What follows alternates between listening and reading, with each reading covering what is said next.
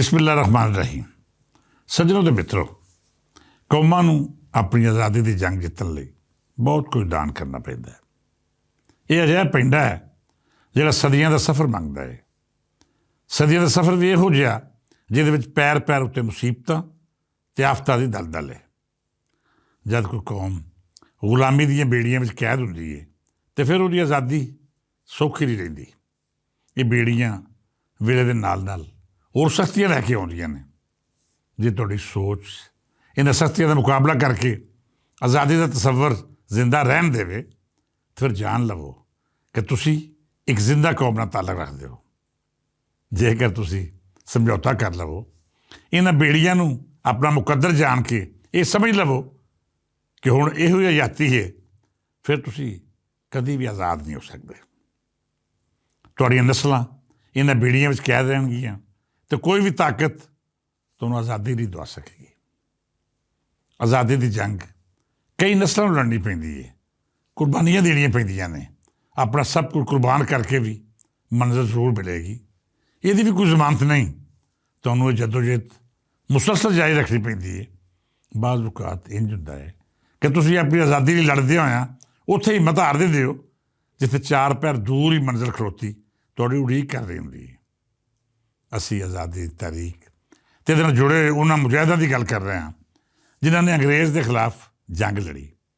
ਸਾਡੀ ਪੂਰੀ ਕੌਮ ਵੱਲੋਂ ਉਸ ਤਾਰੀਖ ਨੂੰ ਜ਼ਿੰਦਾ ਰੱਖਿਆ ਜਿਹੜੀ ਅਖੀਰ 47 ਦੀ ਆਜ਼ਾਦੀ ਦਾ ਸੂਰਜ ਬਣ ਕੇ ਪੁੱਗੀ। ਅਸੀਂ ਭਗਤ ਸਿੰਘ ਦੀ ਸ਼ਹਾਦਤ, ਤਾਰੀਖ ਅਤੇ ਉਹਦੇ ਨਾਲ ਜੁੜੇ ਮੁਖਤਲਿਫ ਵਾਕਿਆਤ ਨੂੰ ਜ਼ੇਰੇ ਬਾਸ ਲਿਆ ਕੇ ਨਵੀਂ ਨਸਲ ਨੂੰ ਦੱਸਣ ਦੀ ਕੋਸ਼ਿਸ਼ ਕਰ ਰਹੇ ਹਾਂ ਕਿ ਤੁਹਾਡੇ ਵੜਕਿਆਂ ਕਿਸ ਮੁਸ਼ਕਿਲ ਦੇ ਨਾਲ ਅੰਗਰੇਜ਼ ਤੋਂ ਆਜ਼ਾਦੀ ਹਾਸਲ ਕੀਤੀ। ਕੱਲ੍ਹ ਅਸਾਂ ਭਗਤ ਸਿੰਘ ਦੀ ਸ਼ਹਾਦਤ, ਉਹਦਾ ਹਿੱਸਾ ਬਣਨ ਵਾਲੇ ਗੱਦਾਰਾਂ ਦੇ ਨਾਲ ਨਾਲ ਉਹਨਾਂ ਲੋਕਾਂ ਦੀ ਵੀ ਗੱਲ ਕੀਤੀ ਜਿਨ੍ਹਾਂ ਦਾ ਅੰਜਾਮ ਬਹੁਤ ਬੁਰਾ ਹੋਇਆ। ਆਪਣੀ ਧਰਤੀ ਉੱਤੇ ਕੁਰਬਾਨ ਹੋਣ ਵਾਲੇ ਹਮੇਸ਼ਾ ਜ਼ਿੰਦਾ ਰਹਿੰਦੇ ਨੇ। ਅੱਜ ਅਸੀਂ ਭਗਤ ਸਿੰਘ ਦਾ ਜ਼ਿਕਰ ਕਰ ਰਹੇ ਹਾਂ ਅਤੇ ਉਹਦਾ ਨਾਮ ਵੀ ਫਖਰ ਨਾਲ ਲੈ ਰਹੇ ਹਾਂ, ਪਰ ਉਹਨਾਂ ਲੋਕਾਂ ਦਾ ਜ਼ਿਕਰ ਕਰਨ ਵਾਲਾ ਕੋਈ ਨਹੀਂ ਜਿਹੜੇ ਅੰਗਰੇਜ਼ ਦੇ ਪੈਰੋਕਾਰ ਬਣੇ, ਜਿਨ੍ਹਾਂ ਬਾਬੇ ਖੈਲ ਨੂੰ ਸ਼ਹੀਦ ਕਰਵਾਉਣ ਵਿੱਚ ਗੱਦਾਰੀ ਦਾ ਮੁਜ਼ਾਹਰਾ ਕੀਤਾ, ਜਿਹੜੇ ਭਗਤ ਸਿੰਘ ਦੀ ਤਹਿਰੀਕ ਦੇ ਖਿਲਾਫ ਮੁਕਬਰ ਹੋਏ, ਜਿਨ੍ਹਾਂ ਅੰਗਰੇਜ਼ ਕੋਲੋਂ ਮੁਫਾਦਾਤ ਲਈ ਆਪਣੀ ਕੌਮ ਨਾਲ ਗੱਦਾਰੀ ਕੀਤੀ। ਅੱਜ ਉਹ ਲੋਕ ਯਾਦ ਤਾਂ ਕੀਤੇ ਜਾਂਦੇ ਨੇ, ਪਰ ਉਸ ਰੈਫਰੈਂਸ ਦੇ ਨਾਲ ਜਿਹਦੇ ਵਿੱਚ ਲਾਹਨਤਾਂ ਤੋਂ ਵੱਖ ਕੁਝ ਵੀ ਨਸੀਬ ਨਹੀਂ ਹੁੰਦਾ। ਭਗਤ ਸਿੰਘ ਅੱਜ ਵੀ ਜ਼ਿੰਦਾ ਹੈ। ਉਹਦਾ ਜ਼ਿਕਰ ਕਰਨ ਵਾਲੇ ਉਹਨੂੰ ਆਜ਼ਾਦੀ ਦੀ ਤਾਰੀਖ ਦਾ ਇਸਤਾਰਾ ਆਖਦੇ ਨੇ। ਜਿਹੜਾ ਮੈਜਿਸਟ੍ਰੇਟ ਉਹਦੀ ਫਾਂਸੀ ਦਾ ਗਵਾਹ ਹੋਇਆ, ਉਹ ਅੱਜ ਕਿਸੇ ਨੂੰ ਵੀ ਯਾਦ ਨਹੀਂ। ਉਹਦਾ ਜ਼ਿਕਰ ਹੁੰਦਾ ਹੈ ਅਤੇ ਜ਼ਿਮਨਨ ਉਹ ਸ਼ਖਸ ਆਪਣੀ ਤਮਾਮ ਤਰ ਰੌਨਕ ਦੇ ਬਾਵਜੂਦ ਆਪਣੇ ਅਹੁਦੇ ਜਾਂ ਕਿਸੇ ਵੱਡੇ ਕਾਰਨਾਮੇ ਪਰ ਯਾਦ ਨਹੀਂ ਕੀਤਾ ਜਾਂਦਾ। ਉਹਦਾ ਕਿਰਦਾਰ ਜਾਂ ਜ਼ਿਕਰ ਅੱਜ ਵੀ ਭਗਤ ਸਿੰਘ ਦਾ ਮੁਹਤਾਜ ਹੈ। ਜਾਂ ਫਿਰ ਜ਼ੁਲਫਕਾਰ ਅਲੀ ਭੁੱਟੋ ਦੇ ਖਿਲਾਫ ਦਾਇਰ ਹੋਣ ਵਾਲਾ ਮੁਕੱਦਮਾ ਜਿਹਦੇ ਬਾਰੇ ਵਾਜ਼ਿਹ ਅੰਦਾਜ਼ ਆਖਿਆ ਜਾਂਦਾ ਸੀ ਕਿ ਕਤਲ ਦਾ ਮੁਕੱਦਮਾ ਨਹੀਂ ਬਲਕਿ ਮੁਕੱਦਮੇ ਦਾ ਕਤਲ ਸੀ।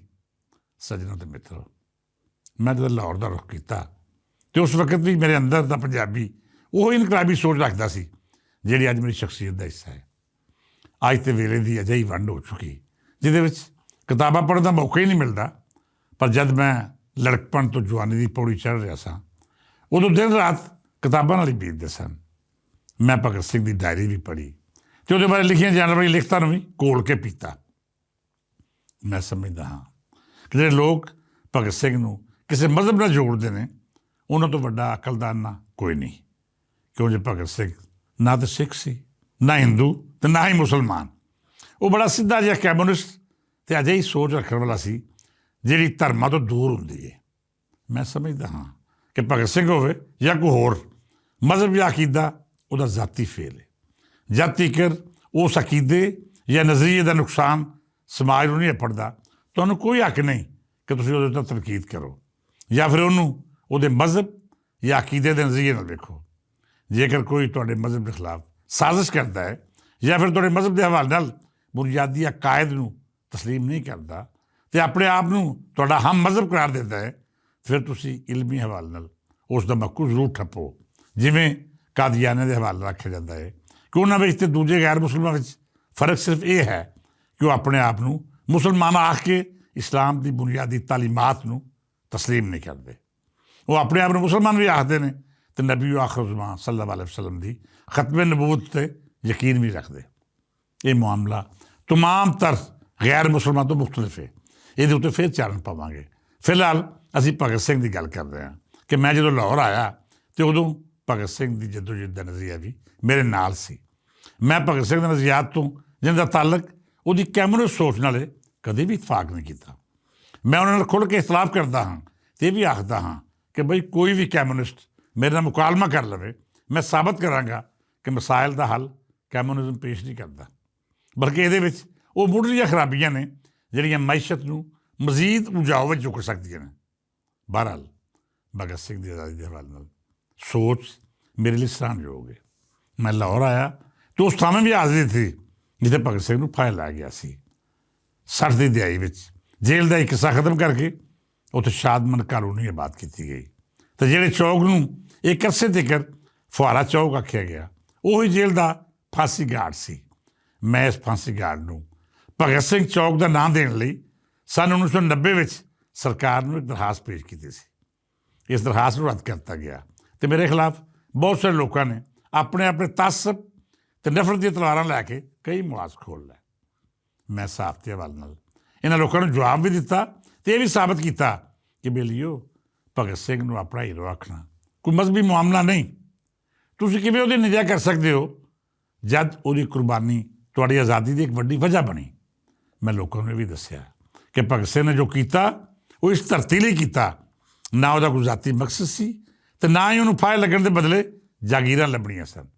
ਬਹਰਹਾਲ ਬਹੁਤ ਸਾਰੇ ਅਤਗਰਦ ਮੈਨੂੰ ਮੰਦਾ ਵੀ ਬੋਲਦੇ ਰਹੇ, ਹਾਲਾਂਕਿ ਇਹ ਬਦਬਖਤ ਨਹੀਂ ਸਨ ਜਾਣਦੇ ਕਿ ਮੈਂ ਆਪਣੀਆਂ ਕਈ ਨਸਲਾਂ ਤੋਂ ਖਤਮੇ ਨਬੂਵਤ ਦਾ ਸਿਪਾਹੀ ਰਿਹਾ ਹਾਂ। ਮੈਂ ਮੌਲਾਨਾ ਜ਼ਫਰ ਅਲੀ ਖਾਨ ਦਾ ਉਹ ਅਕੀਦਤਮੰਦ ਹਾਂ ਜਿਹਨੇ ਭਗਤ ਸਿੰਘ ਦੇ ਹਵਾਲੇ ਨਾਲ ਆਖਿਆ ਸੀ, ਸ਼ਹੀਦਾਨ ਵਤਨ ਕੇ ਲਹੂ का जो सत निकले तो फिर हर कतरा खून से भगत और दत्त निकले। ਇਹ ਸ਼ੇਰ ਉਹ ਫਤਵਾ ਹੈ ਜਿਹੜਾ ਮੈਨੂੰ ਭਗਤ ਸਿੰਘ ਦੇ ਹਵਾਲੇ ਨਾਲ ਆਪਣੇ ਨਜ਼ਰੀਏ ਦਾ ਪ੍ਰਚਾਰ ਕਰਨ ਦੀ ਤਹਿਰੀਕ ਦਿੰਦਾ ਹੈ। ਸਾਡੀਆਂ ਮਹਦੂਦ ਸੋਚਾਂ ਰੱਖਣ ਵਾਲੇ ਮਜ਼ਹਬੀ ਕਾਰੋਬਾਰੀ ਲੋਕ ਇਹ ਨਹੀਂ ਜਾਣਦੇ ਕਿ ਆਜ਼ਾਦੀ ਦੇ ਸਿਪਾਹੀ ਕਦੀ ਮਜ਼ਹਬੀ ਖਾਨੇ ਵਿੱਚ ਨਹੀਂ ਵੰਡੇ ਜਾਂਦੇ। ਬੇਲੀਓ ਮੈਂ ਕੋਈ ਨਵੀਂ ਬਾਤ ਨਹੀਂ ਸ਼ੁਰੂ ਕਰਨਾ ਚਾਹੁੰਦਾ, ਸਿਰਫ ਇੰਨਾ ਅਰਜ਼ ਕਰਨਾ ਚਾਹੁੰਦਾ ਹਾਂ ਕਿ ਬਾਰਡਰੋਂ ਪਰੇ ਰਹਿਣ ਵਾਲੇ ਸਿੱਖ ਭਰਾ ਕਦੀ ਵੀ ਵਾਰਸ ਅਤੇ ਬੋਲੇ ਦੇ ਇਨਕਾਰੀ ਨਹੀਂ ਹੋ ਸਕਦੇ, ਕਿਉਂਕਿ ਸਾਡੀ ਬੋਲੀ ਦੇ ਵੱਡੇ ਥੰਮ ਨਾ ਹੁੰਦੇ ਅਤੇ ਸਾਡੀ ਪੱਗ ਦਾ ਸ਼ਿਮਲਾ ਵੀ ਉੱਚਾ ਨਾ ਹੁੰਦਾ।